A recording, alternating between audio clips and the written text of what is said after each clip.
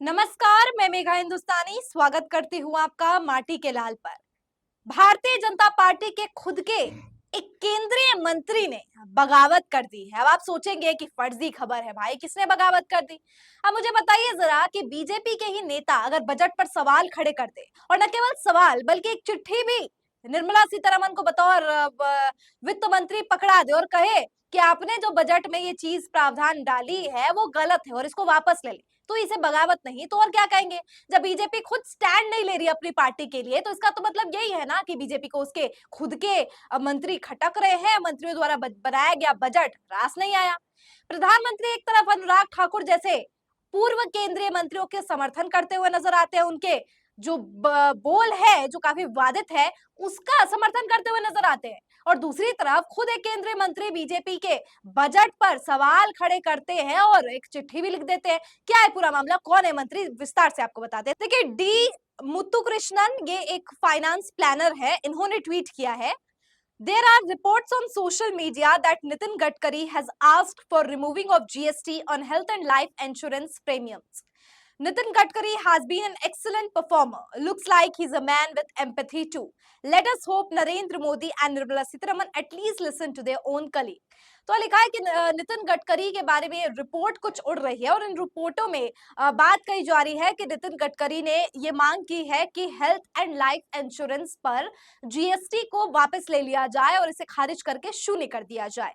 आपको पता है कि अभी 2024 का बजट पेश हुआ, पारित किया गया, उसमें तमाम तरीके की जो है कर का जो दर है उसे बढ़ा दिया गया और इस कर की बढ़ोतरी के कारण मिडिल मैन जो है, मिडिल क्लास जो है, उसके साथ काफी ज्यादा अन्याय यहाँ पर हुआ है, उनके खून चूसने का काम काफी ज्यादा हुआ है।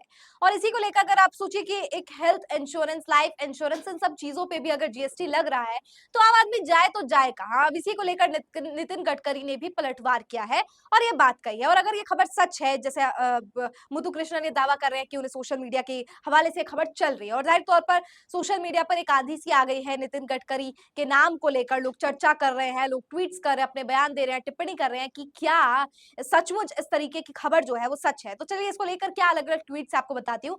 रोशन राय लिखते हैं, For 10 years, nobody in the BJP even dared to raise a finger on anything done by the government. But now that BJP is reduced to 239 and it is on a fractured mandate, people like Nitin Gadkari are getting the courage to speak up against their own government. Gadkari wrote a public letter to Sitharaman and asked her to remove the 18% GST on life and medical insurance premium. Interesting times ahead. यानी जो समय है वो काफी रोचक हो चला है 10 सालों में, जब भारतीय जनता पार्टी के किसी नेता में हिम्मत नहीं हुआ करती थी कि अपने ही मंत्रियों के खिलाफ जो गलत नीतियां हैं उनके खिलाफ बोल सके। और अब क्योंकि जनता ने एक फ्रैक्चर्ड मैंडेट दिया है, केवल 239 सीट्स पर बीजेपी को जो है मैंडेट दिया है, और ऐसे में खुद के ही मंत्री जो है बगावत करते हुए, सवाल खड़े करते हुए नजर आए हैं। और इसमें से जिन नेता को अक्सर आपको याद होगा, नितिन गडकरी ने जब भाषण दिया था अपना, जब शपथ ग्रहण की थी, तब तमाम विपक्ष के लोगों ने जो है थपथपाई थी मेज को, यानी उन्हें जो है समर्थन किया था, एक सपोर्ट, एक स्टैंड जो है लिया था, ये विपक्ष के लोग ही थे। और ऐसे में अगर नितिन गडकरी खुद के ही मंत्रियों के बजट पर सवाल खड़े कर रहे हैं तो ये काफी प्रशंसनीय है। लेकिन सवाल ये भी है कि जब 10 साल तक पूर्ण बहुमत की सरकार थी, तब किसी केंद्रीय मंत्री ने गलत नीति पर एक सवाल, एक टिप्पणी, एक ट्वीट तक करना मुनासिब नहीं समझा। और अब जब 239 पर इनके पास नंबर, आंकड़े जो नंबर गेम्स में पीछे चल रहे हैं, तो इन्होंने उचित समझा कि क्यों ना अब हम नंबर गेम्स, क्योंकि हम पीछे चल ही रहे हैं, तो हम जो है सवाल खड़े करते हैं। लेकिन फिर भी जो हेल्थ इंश्योरेंस, लाइफ इंश्योरेंस पर 18% जो जीएसटी सरकार ने प्रस्तावित किया है उसको वापस लेने की बात यहाँ पर नितिन गडकरी ने की है, जो अपने आप में प्रशंसनीय और करेजियस है, जो इस बात का प्रमाण देता है कि अभी भी नितिन गडकरी जैसे लोग हैं जो सवाल खुलकर खड़ा कर रहे हैं और सरकार से सवाल पूछने की हिम्मत करते हैं। अंकित मयंक लिखते हैं, big breaking, massive rebellion within the BJP, Union Minister and RSS stalwart Nitin Gadkari gave belt treatment to BJP government. GST must be removed from life and medical insurance. It is foolish and cumbersome for people. Another RSS plot to demolish Modi और BJP to break soon। अब यहाँ पे अंकित Mayank user ने जो मुद्दा उठाया है वो काफी दिलचस्प है कि नितिन गडकरी केवल भारतीय जनता पार्टी के ही केंद्रीय मंत्री नहीं बल्कि नितिन गडकरी जो है वो आरएसएस के भी पुराने साथी है। और ऐसे में क्या आरएसएस का ये दूसरा चाल है, क्या नितिन गडकरी के जरिए बीजेपी में बगावत डालने की आरएसएस की ये नई साजिश है, फूट डालने की? मतलब आरएसएस मोहन भागवत और मोदी के बीच की जो टकराव है अब तो वो काफी प्रत्यक्ष हो गई है। साफ तौर पर मोहन भागवत अहंकार, घमंड, मणिपुर तमाम चीजों की बात करते हैं जिसमें साफ तौर पर नरेंद्र मोदी का सीधा साधा निशाने के तौर पर लेते हैं।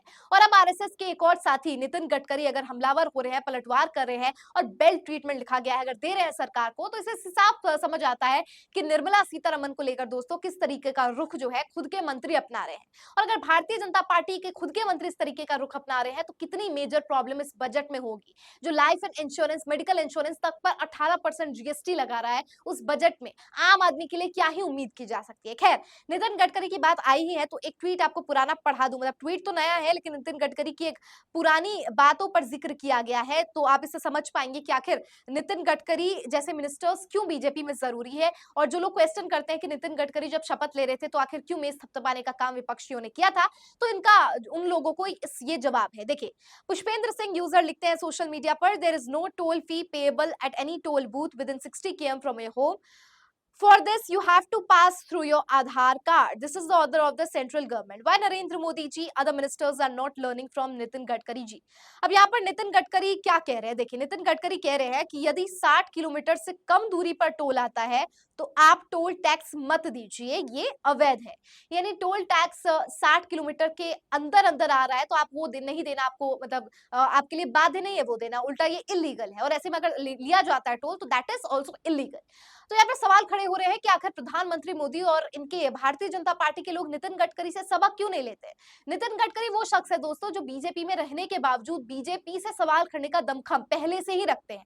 लेकिन पहले जो है एक अप्रत्यक्ष तौर पर एक पर्दे के रूप में रखा करते थे और अब जो है काफी ओपन रख रहे हैं, चिट्ठी लिख रहे हैं। जाहिर तौर पर चिट्ठी लिखना, और उन्हें भी पता है कि अगर वो इस तरीके का लेटर लिखेंगे तो सोशल मीडिया पर कितना ज्यादा जो है सर्कुलेट हो सकता है, पार्टी की इमेज जो है टार्निश हो सकती है। बावजूद इसके छवि धूमिल हो या कुछ भी हो, एक पक्ष रखा गया है। नितिन गडकरी ने अपना एक स्टैंड लिया है और इस स्टैंड को लेकर बीजेपी को अब ये समझ आना चाहिए कि अगर इस तरीके का रुख खुद नितिन गडकरी और खुद उनके पार्टी के अंदर से निकल रहा है और जो कि एक आरएसएस के पक्के साथी के तौर पर जिन्हें देखा जाता है, पुराने साथी के तौर पर देखा जाता है, तो अगर वो लोग अगर यहाँ सवाल उठा रहे हैं तो बजट में कुछ मेजर गड़बड़ है।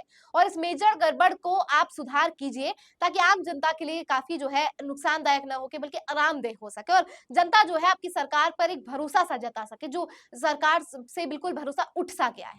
खैर, आपको क्या लगता है नितिन गडकरी की इस बगावत और सरकार पर सवाल खड़ा करने की हिम्मत को लेकर? कमेंट सेक्शन में बताइए। फिलहाल मुझे दीजिए इजाजत और देखते रहिए माटी के लाल। धन्यवाद।